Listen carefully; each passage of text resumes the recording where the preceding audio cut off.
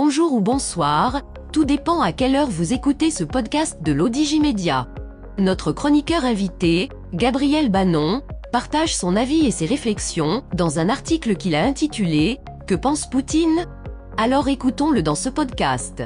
L'auteur démarre son article. Nous devons être admiratifs devant tous ces experts et informés qui nous inondent d'analyses et surtout nous éclairent sur les desseins inavoués du président russe.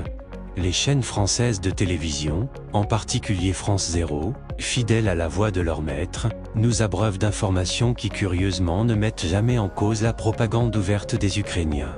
Heureusement qu'ils annoncent leur victoire, on apprend ainsi que l'armée russe avait conquis ces territoires. Emmanuel Macron nous apprend que la contre-attaque ukrainienne annoncée depuis des semaines a en réalité commencé voilà des mois. Sans commentaire, c'est vrai également qu'il n'y a que des victimes civiles chez les Ukrainiens et beaucoup chez les militaires russes. L'auteur poursuit son article ainsi. Vérification faite, ces informés, qui nous exposent ce que pense Poutine, ne l'ont jamais rencontré. Sans avoir mis les pieds à Moscou, encore moins au Kremlin, ils nous décrivent un président malade, isolé, abandonné des siens avec un coup d'État et une révolution à sa porte. On ne peut qu'applaudir au pouvoir de divination de ces animateurs. Je ne crois pas qu'ils méritent le vocable de journaliste.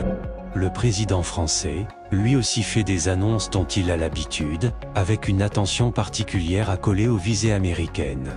Il est loin le temps où le président de Gaulle imposait le respect de la souveraineté française. Il n'a jamais voulu de l'OTAN et avait prié les Américains de fermer leurs bases en France. Il ne voulait pas voir un soldat étranger installé dans aucune des provinces françaises.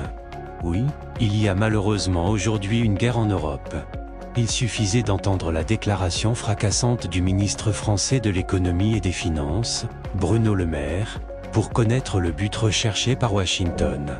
Nous allons écraser, ruiner l'économie de la Fédération russe. L'auteur précise ainsi. Nous avons appris depuis ce qu'était véritablement la puissance économique de la Russie. Par contre, aujourd'hui, l'économie française est en crise, le pays subit des coupures d'électricité et l'industrie allemande est l'ombre d'elle-même. Aujourd'hui, adossé à son allié, la Chine, première puissance économique du monde, Moscou se moque des sanctions si minutieusement préparées par les États-Unis, bien avant le début des hostilités. Rappelez-vous ce que titrait, il n'y a pas bien longtemps la presse française, « Comment Poutine pense ?» Suit le texte explicatif. Vladimir Poutine est politiquement mort, guerre en Ukraine, Poutine et le régime peuvent-ils tenir? On peut constater par contre que le président français ne peut prendre des bains de foule qu'accompagné de concerts de casseroles. Les sondages confirment une majorité pour le rejet d'Emmanuel Macron, dont l'impopularité n'est plus à démontrer. L'auteur conclut son article ainsi. La conclusion est qu'il faut être prudent face aux manœuvres de manipulation de la presse française, qui est dans sa majorité aux ordres de l'Élysée. Rédigé par Gabriel Bannon, élu par l'intelligence artificielle de l'ODJ Média.